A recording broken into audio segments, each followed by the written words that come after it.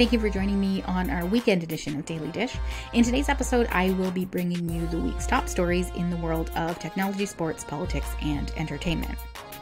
What's the latest in the Donald Trump impeachment saga? Stick around to find out that answer on today's episode of Daily Dish.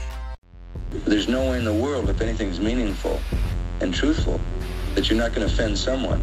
You've got to be able to say what it is, say how it is, and take the consequence.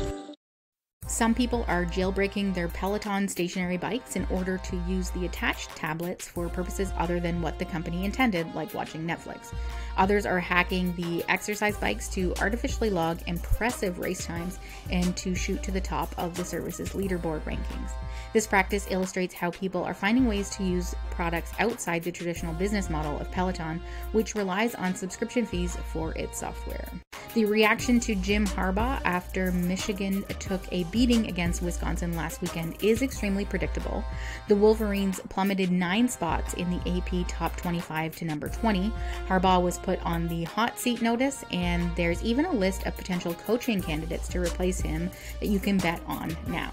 But save your money. The problem with Michigan isn't Harbaugh.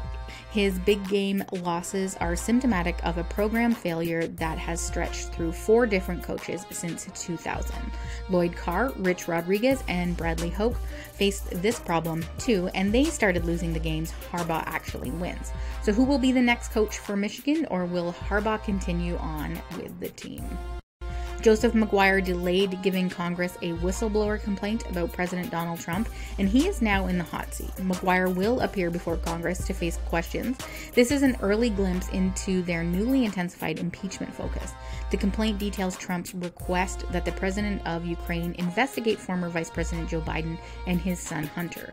McGuire will also appear behind closed doors with the Senate Intelligence Committee.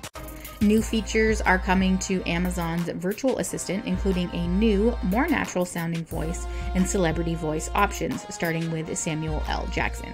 One of the new features includes celebrity voices to read you the news, tell you the weather, and answer questions like, "Where is Samuel L. Jackson from?" Users will be able to choose between explicit and non-explicit versions. Using Jackson's voice will cost users 99 cents if purchased in 2019, but will jump to $4.99 if purchased in 2020. It's been almost 3 long years since One Direction went on indefinite hiatus, with Harry Styles, Liam Payne, Niall Horan, and Louis Tomlinson calling it quits on everyone's favorite boy band after Zayn Malik parted ways with the group in 2015.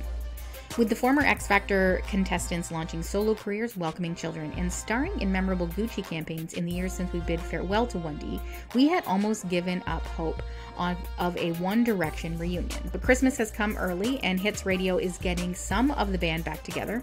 Tomlinson and Payne are slated to appear at this year's Hits Live event in Manchester on November 17th. Thank you for joining me on this episode of Daily Dish. I hope you got your fill of what's happening in the world, and I will have another weekend review edition of Daily Dish next weekend. And thanks for subscribing. Please feel free to follow us on Instagram, Twitter, Snapchat, or whatever other social media you can think about. The name is Saintel Daily, and please subscribe at youtube.com/Saintel Daily. That's SAINTEL DAILY. Saintel Daily. See you next time.